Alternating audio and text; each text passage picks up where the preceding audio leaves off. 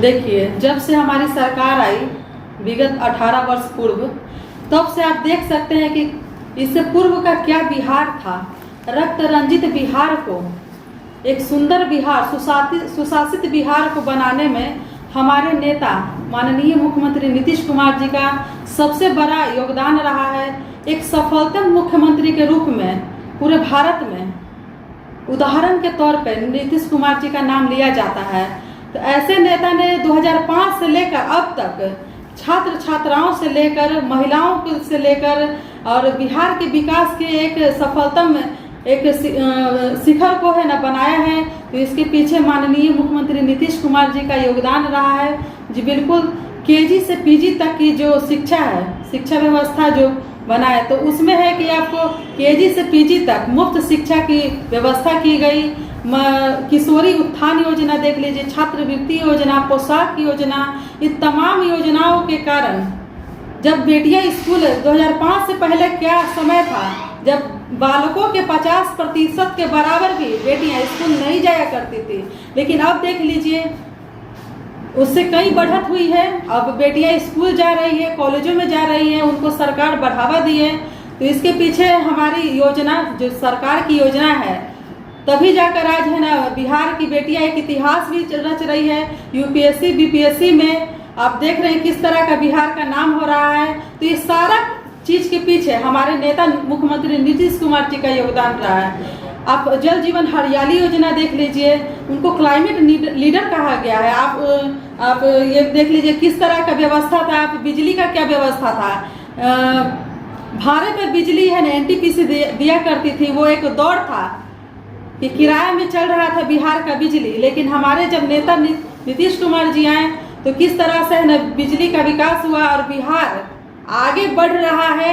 उनके नेतृत्व में कई योजना लागू हो जब हुई तो अब बिहार की जनता बार बार उनको मुख्यमंत्री के रूप में चुन रही है। एक बिहार में जिस तरह से हर जिला में इंजीनियरिंग कॉलेज जदयू और इनके समान सरकार खोल चुकी है, आए दिन हम आशा करेंगे कि हर जिला में नए मेडिकल खोलने की संभावना है। देखिए, निश्चित तौर पर बिहार के जो हमारे नेता हैं नीतीश कुमार जी अब उस चीज की शुरुआत कर चुके हैं। महिलाओं को देखिए 35% का जो आरक्षण है और पंचायती राज में 50% का आरक्षण है। उसी प्रकार मेडिकल और इंजीनियरिंग के स्टूडेंट के लिए भी आरक्षण का लाभ दिया गया है। तो उस पर हम लोग का काम चल रहा है। आगे भी निश्चित तौर पे कई स्कूल कॉलेज कई संस्थान खुल चुके हैं। आप देख सकते हैं आर्यभट्ट हो गया, इस तरह के तो कई संस्थाएं खुली हैं और आगे भी इस पर हम लोग का काम होता रहेगा। आगे आने वाली जब एनडीए का सरकार आएगा तो हम लोग निश्चित तौर पे नेता नीतीश कुमार जी के नेतृत्व में आगे बढ़ेगा। हम बढ़ेंगे, बिहार बढ़ेगा। बिहार में उद्योग कब लगेगी?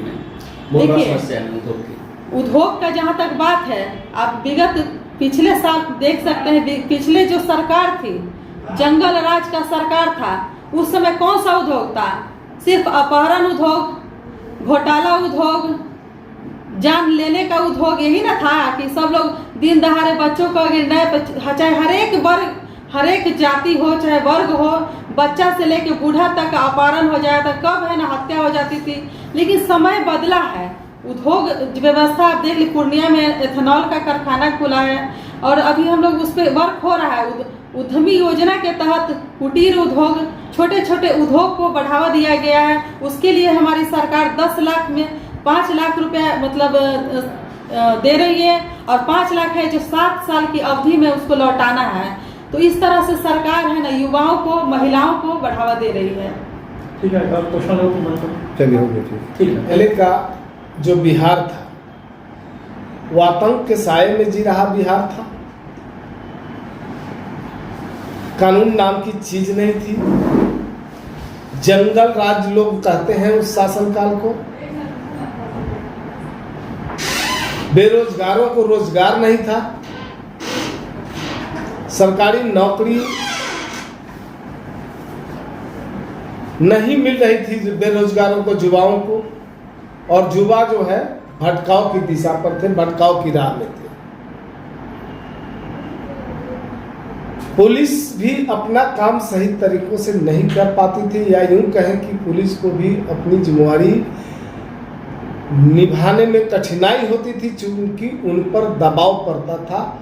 उस समय जो दल सत्ता में काबिज थे, उन दल के नेताओं के द्वारा, यानी जो पहले अपराध होते थे और जो अपराधी अपराध करते थे, उनको सत्ता का संरक्षण प्राप्त था। सत्ता में जिस पार्टी की होती थी सरकार, वो पार्टी के नेता अपराधियों को संरक्षण दिया करते थे।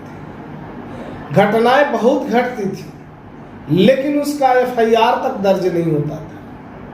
और 2005 के बाद बिहार में नया दौर शुरू हुआ, जब नीतीश कुमार जी सत्ता में आए। उस समय में और आज में फर्क यही हुआ, पहले जिसे आतंक का राज, भय का राज, जंगल राज जिसे कहा जाता था, 2005 के बाद भय मुक्त बिहार बना, बेखौफ बिहार बना। घटनाएं तब भी घटती थी, घटनाएं आज भी घटती है, लेकिन उस समय घटनाएं ज्यादा घटती थी, एफआईआर दर्ज नहीं होता था, इक्का दुक्का होता था। आज के तारीख में घटनाएं कम घटती हैं, लेकिन एफआईआर 100% होता है। और सिर्फ एफआईआर करके सरकार की जिम्मेवारी वहीं पर समाप्त नहीं हो जाती। कोई भी घटना घटती है बिहार के अंदर, तो जो घटना कारित करने वाले जो अपराधी होते हैं, जो घटना को अंजाम देने वाले अपराधी होते हैं, वो चाहे कोई भी, अगर वो पताल में भी छिपे होते हैं, तो पुलिस उसे पताल से भी खींच के बाहर लाती है और कानून अपना काम अपने तरीकों से करती है। कोई पक्षपात नहीं, कोई भेदभाव नहीं, दोषी को बचाया नहीं जाता और निर्दोष को फंसाया नहीं जाता। ये नए बिहार का ये प्रमाण है। पुराने समय में, मैंने 2005 से पहले रोजगार के नाम पर शून्य था, इसलिए युवा जो है भटकाव की राह पर थे। उपद्रवी संस्थाएं बहुत तेजी के साथ आगे बढ़ती जा रही थी। हर जगह अपराध की घटनाएं घटित होती थी। शाम के 5 बजे के बाद लोग घर से बाहर निकलना मुनासिब नहीं समझते थे, चूंकि जान माल का भय इतना था। और सड़क पर जब चलते थे लोग किसी भी सवारी से, तो समय तो लंबा लगता ही था, लेकिन सड़क की हालात ऐसे थे कि लोगों को एकदम जब तक गाड़ी में बैठे हुए हनुमान चालीसा का पाठ करते रहना पड़ता था कि पता नहीं गाड़ी कब किस करवट पलट जाए। लेकिन आज की तारीख में जो सड़क की स्थिति है पूरे बिहार में, लोग बेखौफ रात बिरात भी चलते हैं। 12 बजे रात में ट्रेन से उतरते हैं, स्टेशन से अपने गांव चले जाते हैं। और सड़कें ऐसी बन गई है कि बस सीधे चलते चले जाते हैं, सवार व्यक्ति को नींद भी आने लगती है। तो ऐसी सड़कें, चमचमाती सड़कें पूरे बिहार को मिल गई। हर गली में, हर कोने में सड़कें पहुंच गई और राजधानी से हर कोने में जाने के लिए आसान हो गया और बहुत कम समय में लोग आसानी से चले जाते हैं। और कानून व्यवस्था ऐसी कि रात बिरात भी बेखौफ लोग चलते रहते हैं रास्तों पे। ऐसा बिहार है। रोजगार के मामलों में कभी रोजगार दिया नहीं जाता बेरोजगारों को। इधर 2005 के बाद तो भारी पैमाने पर युवकों को सरकारी नौकरी दी गई। पहले तो अनुबंध के आधार पर ही सरकार के पास चूंकि संसाधन कम था और ज़्यादा युवकों को इन्वॉल्वमेंट करना था, उनको रोजगार से जोड़ना था और उनको जो भटकाव के राह पर थे उधर से इनको दिशा मोड़ना था। इसलिए अनुबंध ही सही सबको इंगेज किया सरकार ने और हर परिवार में लोगों को रोजगार मिला।